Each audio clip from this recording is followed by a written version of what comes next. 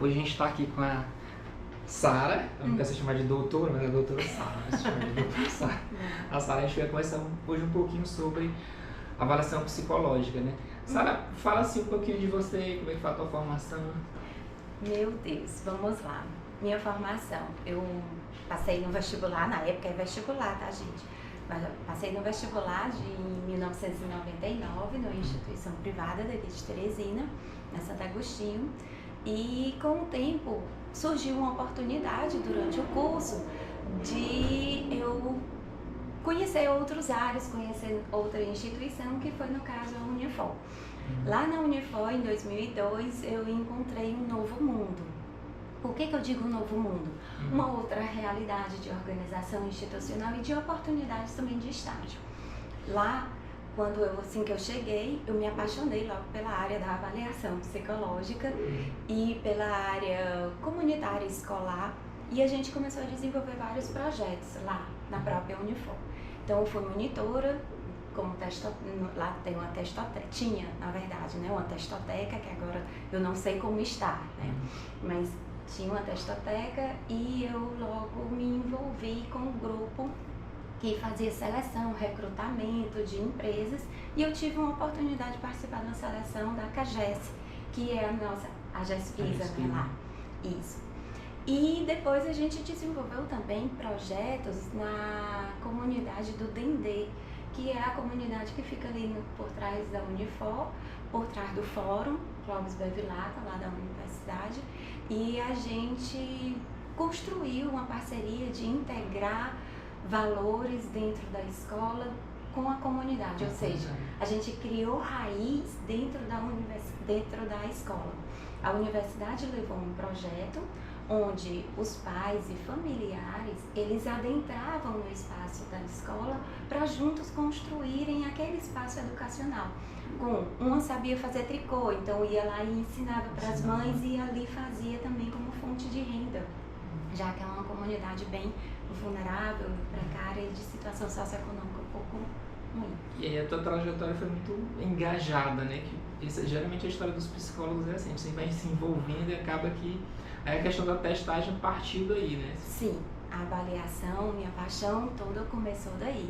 E aí de 2002 só veio crescendo. Quando eu me formei em 2005, 2006 eu logo comecei com credenciamento da Polícia Federal, e outras áreas também foram agregando, né, ao meu arcabouço do processo da avaliação, outros contextos. Sim, a questão da avaliação, né, a testagem psicológica é uma coisa que move muito o senso comum, né? Meu Deus, o psicólogo vai me testar, vai saber o que eu penso, vai ler a minha mente. Como é que é isso? Quem que faz a testagem, para que serve, como é que funciona?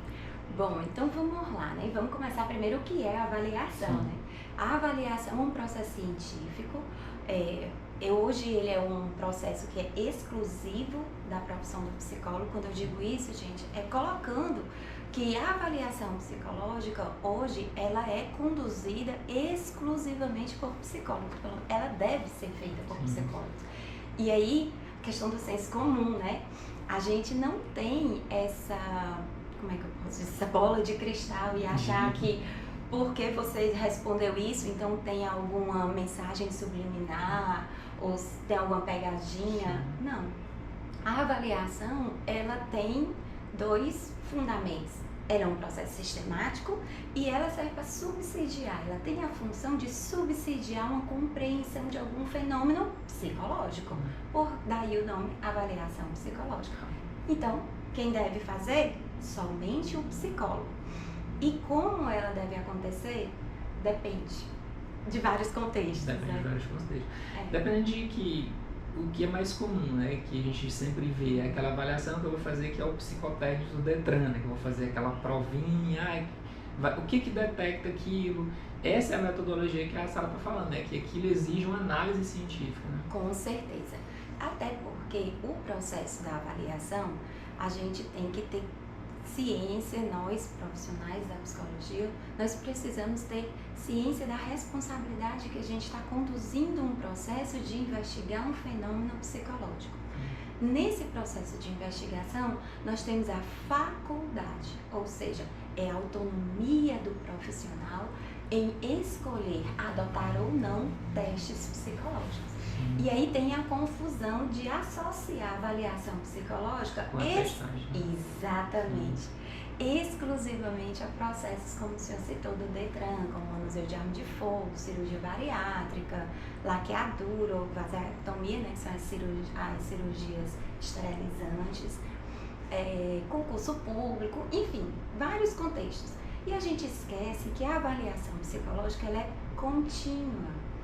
No momento em que eu atendo um paciente, eu escuto a queixa dele para transformar. Eu não gosto nem de dizer esse nome, né? Mas a gente não transforma nada, mas a gente produz dados científicos. Ali é a fala do nosso cliente, né? É a queixa dele.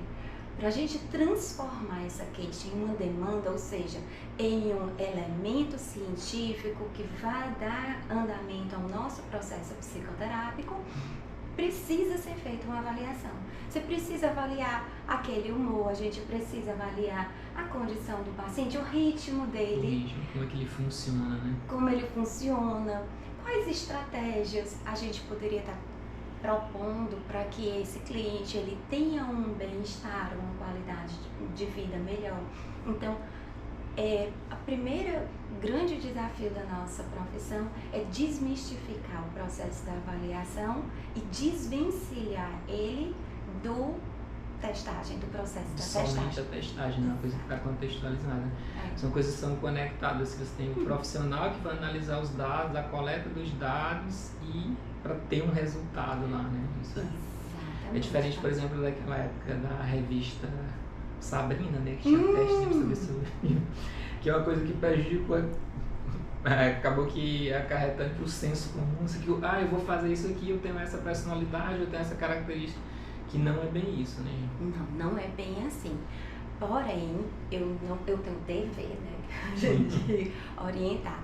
O Conselho Federal de Psicologia, ele normatizou esse processo de avaliação por uma resolução. E é domínio público. Quem quiser acessar, conhecer, ler e conhecer, eu acho até válido para a própria sociedade conhecer esses elementos e os instrumentos legais.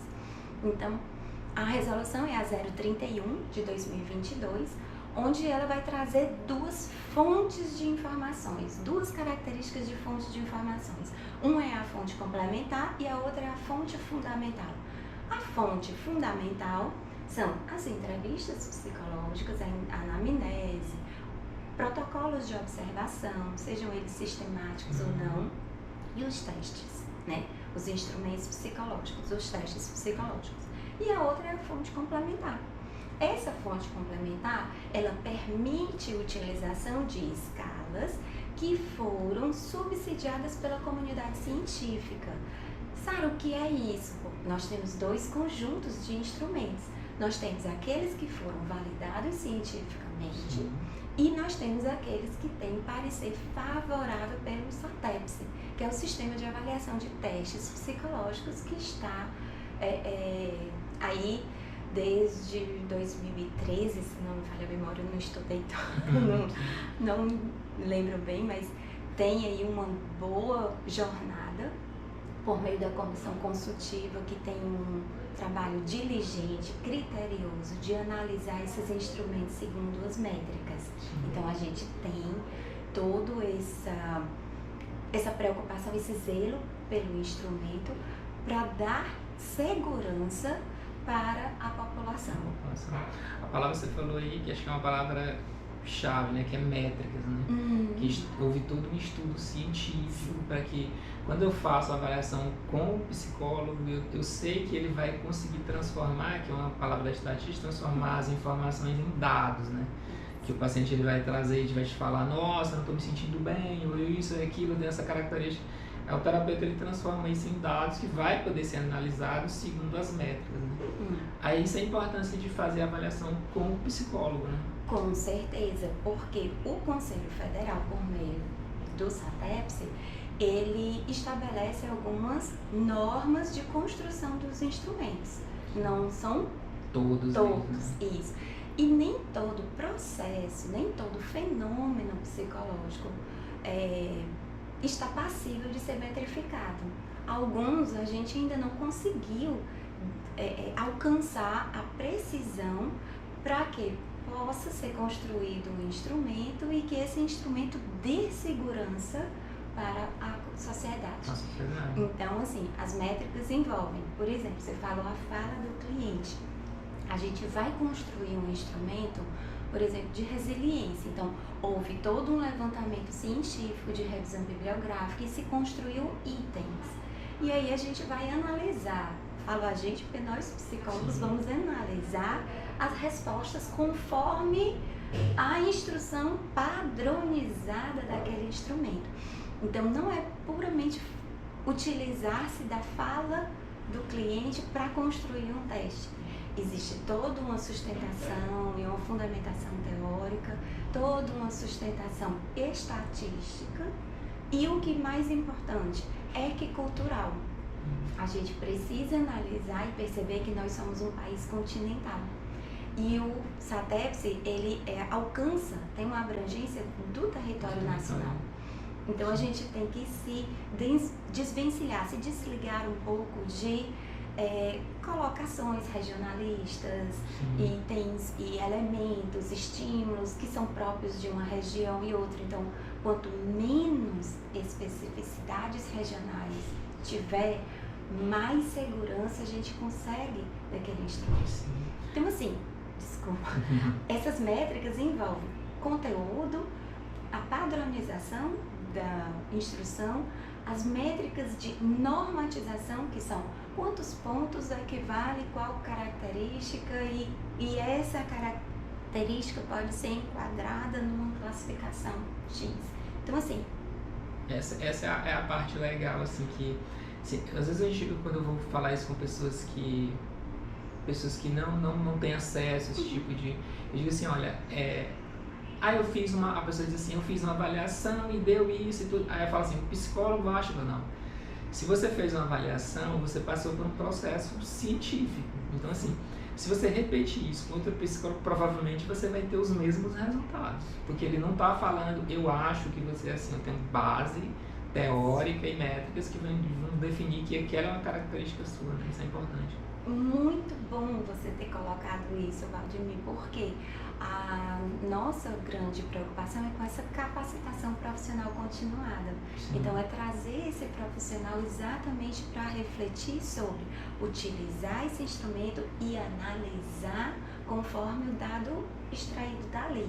Não tem achismo, não tem subjetividade. Alguns instrumentos, sim, mas em alguma etapa, não por completo.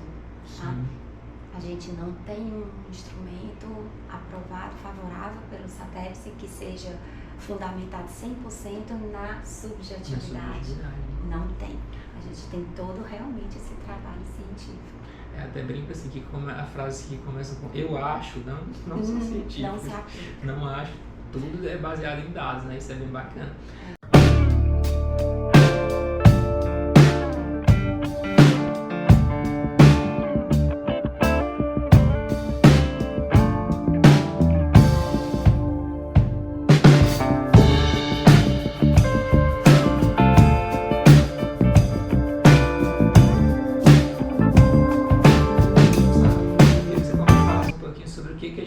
Aqui na Clínica Remédio Lages, os serviços estão disponíveis, os tipos de avaliação, né? Ótimo, muito bom você perguntar isso, porque a Clínica Remédio Lages, ela dispõe de uma infraestrutura não somente física, mas de recursos humanos. Hoje nós temos diversos profissionais que conseguem alcançar os diversos contextos do processo da avaliação. Nós temos neuropsicólogos, pessoas que têm formação para isso, para conduzir essa avaliação neuropsicológica que vai pontuar tanto os fenômenos das funções cognitivas como do comportamento humano. Nós temos o processo da avaliação do DETRAN, né, junto para o DETRAN, a fim de fazer o processo da avaliação para a concessão da CNH. E eu gosto muito de chamar a atenção para essa palavra concessão. Então, não é um direito adquirido, é algo que vai ser concedido para você. Permissão. É uma permissão, exatamente. Nós temos pessoas credenciadas na Polícia Federal que podem estar contribuindo e conduzindo o processo de avaliação para manuseio de arma de fogo. Nós temos pessoas com qualificação, com cursos para desenvolver avaliação para processos metabólicos bariátricos, então chama redução, sim, o senso comum, né? Redução de estômago. Não é só a redução de estômago, existem outros processos metabólicos que precisam e demandam essa avaliação, né? Imagem corporal, autoestima, outras questões. E temos também pessoas com qualificação para conduzir cirurgias esterilizantes, a avaliação psicológica para cirurgias esterilizantes, que é a laqueadura e a vasectomia. E assim, gente, quero colocar para vocês, a avaliação psicológica, ela permeia não só os espaços compulsórios, como eu estou falando até agora, né? Laqueadura, vasectomia, bariátrica, manuseio de arma de fogo e Detran. Ela alcança outros espaços, como aqueles voluntários, de busca autônoma, de demanda. Então, nós temos pessoas que podem, têm condição e gabarito para conduzir a avaliação psicodiagnóstica, com uma investigação clínica de algum processo psiquiátrico, voltando mesmo a uma discussão bem nosológica, bem diagnóstica, bem próxima do corpo clínico da psiquiatria. Temos também pessoas que têm habilitação da parte psicopedagógica e da psicologia educacional, processos de aprendizagem e de acompanhamento psicológico. Temos também pessoas com avaliação psicológica voltada também para orientação de carreira, reorientação de carreira, que é o antigo teste vocacional. Teste vocacional, que é uma outra coisa do senso comum. Que é outra coisa do senso comum, né? É um mundo, né? A gente Isso. Excelente, sabe? Essa conversa que a gente teve aqui, interessante, expandiu muito isso, né? Você vem de um ponto que a gente acabou que você destrinchou, você me deu uma aula aqui sobre avaliação. Um pouquinho. Isso é muito instrutivo. Para que é uma ferramenta poderosa, né? Não somente para a sociedade em si, talvez a sociedade não saiba as ferramentas que existem, que estão disponíveis aqui pra gente, né? E eu quero também adentrar também para outros espaços que muitas vezes a gente não tem, assim, cotidianamente, tanto contato com a avaliação nesses espaços, que são os espaços da psicologia comunitária social, por meio da socionomia, interação entre pares e construção de grupos e, enfim, vários outros elementos. É um mundo, né? É um mundo. Hospitalar, o processo de adoecimento e como está esse processo, essa avaliação dessa condição psicológica daquele paciente hospitalizado, longos períodos, enfim. Nós temos, eu costumo dizer que a avaliação psicológica ela acontece onde tem gente, porque onde tem gente eu posso identificar um fenômeno psicológico e se existe um fenômeno psicológico ele está passível de avaliação. Nossa, que fala fantástica, muito bom. Olha, eu acho que esse vídeo vai ajudar muita gente.